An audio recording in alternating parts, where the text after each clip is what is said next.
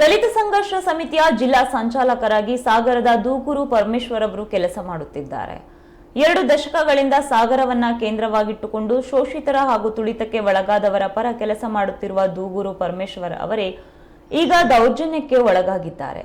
ಅವರನ್ನು ಸತತ ತುಳಿಯುತ್ತಿರುವ ರಾಜಕೀಯ ಶಕ್ತಿಯ ವಿರುದ್ಧ ಸಾಗರದ ಡಿಎಸ್ಪಿ ಕಚೇರಿ ಎದುರು ಈ ದಿನ ಪ್ರತಿಭಟನೆ ನಡೆಸಲಾಯಿತು.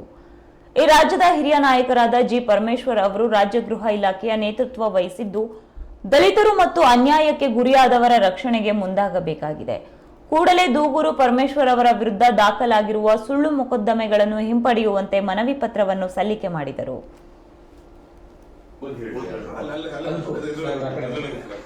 ಆಮೇಲೆ ಅವರು ಶೆಡ್ಯೂಲ್ ಕ್ಯಾಸ್ಟ್ ಬರ್ತಾರೆ, ದಲಿತರ ಮೇಲೆ ದೌರ್ಜನ್ಯ ಆಗಬಾರ್ದು ಅಂತ ಹೇಳೋ ಸರ್ಕಾರ ಅಧಿಕಾರಿಗಳು ದಲಿತರ ಮೇಲೆ ದೌರ್ಜನ್ಯ ಅವರೇ ಮಾಡಿಬಿಟ್ರೆ ರಕ್ಷಣೆ ಅವ್ರಿಗೆ ಎಲ್ಲಿಂದ ಕೊಡಬೇಕು ಅನ್ನೋ ಪ್ರಶ್ನೆ ಇದೆ.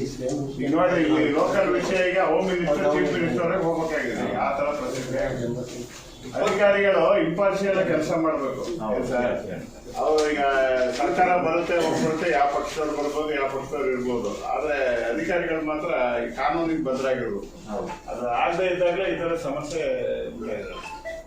ಈಗ ಹೋಗಿದ್ವಿ DSP ಸರ್, ಅವರೆಲ್ಲ ರೌಂಡ್ಸ್ ಹೋಗಿದ್ರು. ನಿನ್ನೆ ಹೇಳಿದ್ವಿ ಬರ್ತೀವಿ ಅಂತ, ಇರ್ಲಿಲ್ಲ. ತಾವು ಈಗ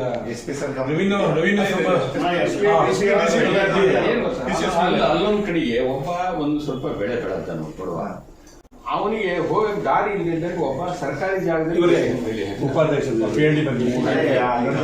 ಇದ್ರು ಅಂತ ಅವತ್ತು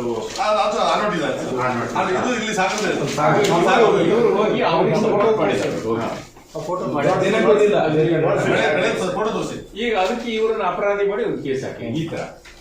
ಈಗ ಅವ್ರು ಭತ್ತನೇ ಕೊಯ್ದಿಲ್ಲ, ಒಂದು ಕಾಳು ಭತ್ತ ಕೊಯ್ಲೇ ಇಲ್ಲ. ತಹಸೀಲ್ದಾರ್ ಒಂದು ತಿಂಗಳಾಗಿ ಹೇಳಿದ್ರು ವ್ಯವಕ್ಷಣೆ ಮಾಡಿಸಿಲ್ಲ. ವ್ಯವಕ್ಷಣೆ ಸುಳ್ಳು ಹೇಳ್ತಾರೆ. ಒಂದು ಕಾಳು ಭತ್ತ ಅಂತ ತಗೊಂಡಿಲ್ಲ ಪಾಪ. ಅವರು ದಲಿತರು, ಪೇಳಿ ಉಪಾಧ್ಯಕ್ಷರು ಅಲ್ಲಿ ಇದ್ದಾರೆ.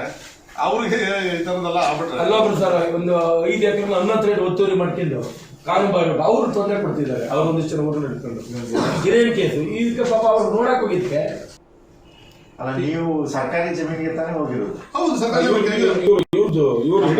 ಕಂಪ್ಲೇಂಟ್ ಎಲ್ಲ ಮುಸ್ಲಿಮ್ಸ್ ಒಬ್ಬನ ಏನ್ ಮಾಡಿದ್ರೆ ಅಲ್ಲಿ ಒಂದು ಬಿಲ್ ಹಾಕಿಬಿಡೋದು ಫುಲ್ ಸರ್ಕಾರಿ ಜಾಗ ಒತ್ತುವರಿ ಮಾಡ್ತಾರೆ. ಅದೇನ್ ಮಾಡಿದ್ರೆ ಇನ್ನೊಬ್ರು ಅವ್ರು ಬಂಗಾರ